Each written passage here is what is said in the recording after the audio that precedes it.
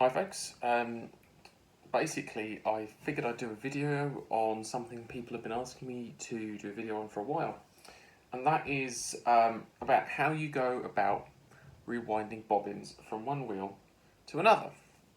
Now, it's no secret I tend to work on my Daedalus e-spinners more than I do a lot of other wheels these days, and I actually have just timed this so that I have a 12 ounces on a magpie bobbin, and this is my magpie here. So what I usually do is I'll say work out, say I'm putting 3 braids on here, like in this instance. What I'll do is I'll spin a braid and I'll then use a different coloured spacer. In this case I'm using like a little bit of red fibre just to space only about this much yarn, just to act as a spacer between the braids on my bobbin, so that by the time, so I have essentially 3 lots of singles spaced between each braid. So now I need to get these singles off of this bobbin to ply, because unfortunately I don't have a lazy cape big enough. There are lots of other reasons to rewind: for consistency, evening out your twist. Also, if you're going to be the most consistent you can be, you should really spin all of the singles for one project on one bobbin. So not necessarily all at the same time, but that particular bobbin, just because, you know, different bobbins can behave differently based on different masses and things like that. Okay, so what I'm going to do today is show you how to do that from one e-spinner to another. So first thing I've got to do, so I've got this one just set up as it is in Scotch tension. I'm in the lucky position, I happen to have another e-spinner right next to me. Now this is a Starling, this is Daedalus Starling. And you'll notice we're set up, I'm just going to move the hook, in Scotch tension, or what would be Scotch tension. So I've got my band, so the front groove of the flyer here, so that is what is driving, so the motor is driving the bobbin, the flyer, sorry. What we're going to need to do is change it so that we are driving just the bobbin. So I'll show you how to do that. It's really easy on these wheels. Pop the band, easy. Just slide it off the motor pin. Lift the flyer off. Now there's the front main bearing and this back bearing. I'm just going to leave this flyer bobbin assembly as a whole for a second. Just pop it aside. The important thing here is the motor. So I'll pop the band off. The motor clips onto the carbon fibre rods on the chassis. You can pop it off, easy peasy. And what you now want to do is switch the motor 180 degrees so that your motor is going to be driving your bobbin, not your flyer. So essentially I'm setting this up as if I were going to be spinning in Irish tension. Now I'm going to put my band over the bobbin groove here, and I'm just going to replace that back onto where it was. Now make sure when you're with these wheels, you don't lose this. This is a bearing, this is a sealed bearing. This is the back maiden bearing. It's very important. And it has 2 little magnets onto which it snaps onto. Please, please don't run your wheels without the bearing in place, or if it does what that one just did, it slips forward. But you get it on with the magnets. There's a nice housing here. Okay, great stuff. Now the next thing I'm going to do is I'm just going to pop the band on. So the motor, these are stretchy bands. Now, you look at that. That's not okay. Oh, if I pull off the, not going to need the tension adjusters. Look at that. That's not okay. The reason is because this band isn't aligned. You have to have these poly bands aligned with the groove. So if I'm just going to shimmy, take both hands and shimmy the motor towards the back, such that my band is nice and straight. See? And if I look down the side, I can tell you that alignment's now good. So we're now actually ready to rewind. So what I'm going to do, I've got my speed controller, which is what I'll use. And I'm just going to plug that in. And I've got my power lead down here as well. So just get it all plugged in. Now I'm set to about, what am I set to here? 46%. So I tend to start about 35 for this. And honestly, the direction doesn't matter for this. It really doesn't, because you're just rewinding.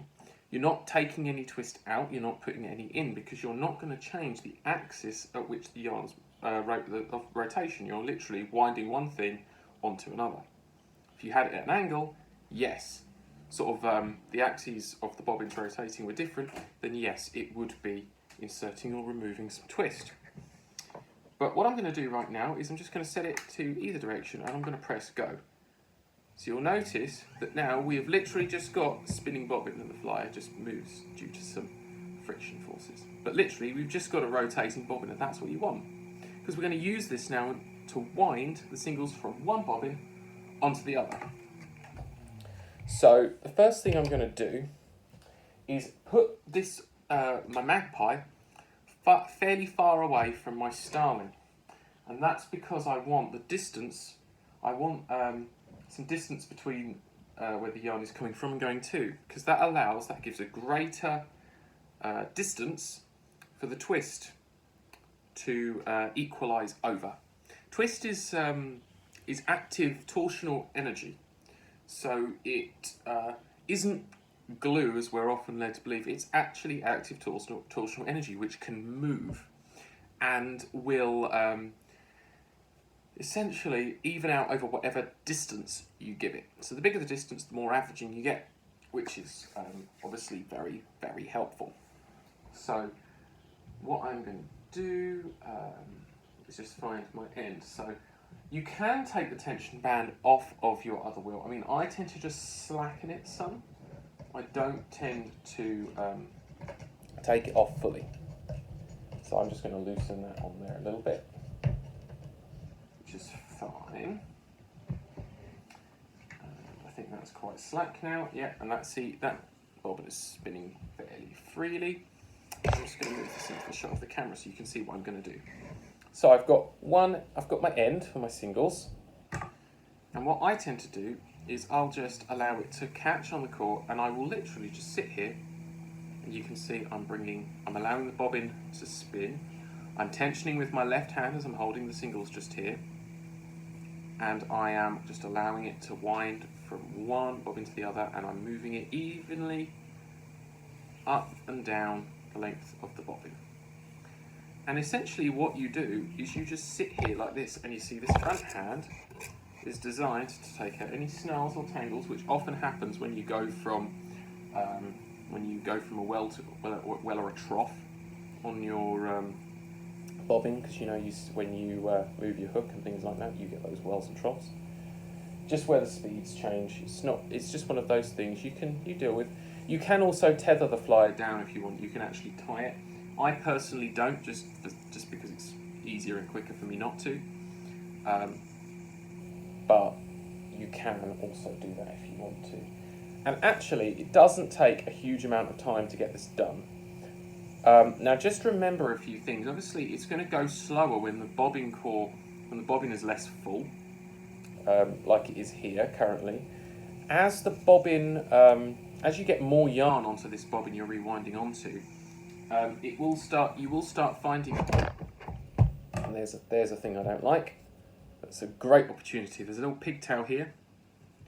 I don't like that. So all I'm going to do is just pull it back and allow it to unsnag itself.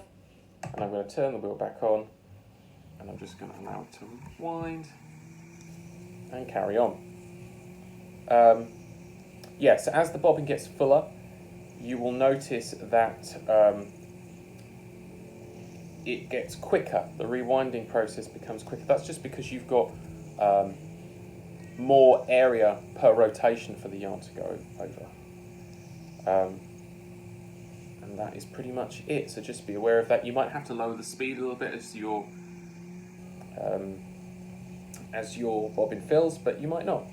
Just depends on you and how comfortable you are and what yarn you're rewinding. You can actually do this on wheels that aren't e-spinners as well. You would do that if your wheel has like a double drive and you can set it to like an Irish tension arrangement. You would essentially just put the drive band over the bobbin rather than over the flywheel, and tether the flyer down so it doesn't move, and just treadle and rewind from one bobbin onto your driven bobbin on your wheel. So that's pretty much all you have to know to get this thing done. There you go. So as I say, I tend to do this with pretty much all of my singles for virtually every project actually that I spin. Mostly for consistency. Also, if I'm using the Magpie, which is this big one here, the bobbins are just so big I don't actually have a lazy cape that fits that, but I do have lazy capes that fit my Starling and my Sparrow bobbins, so I tend to do that quite a lot. But hopefully this is helpful, and it just helps outline exactly how to go about doing this rewinding thing on these wheels, and also just kind of a why you'd want to. So yeah, thanks guys, take care.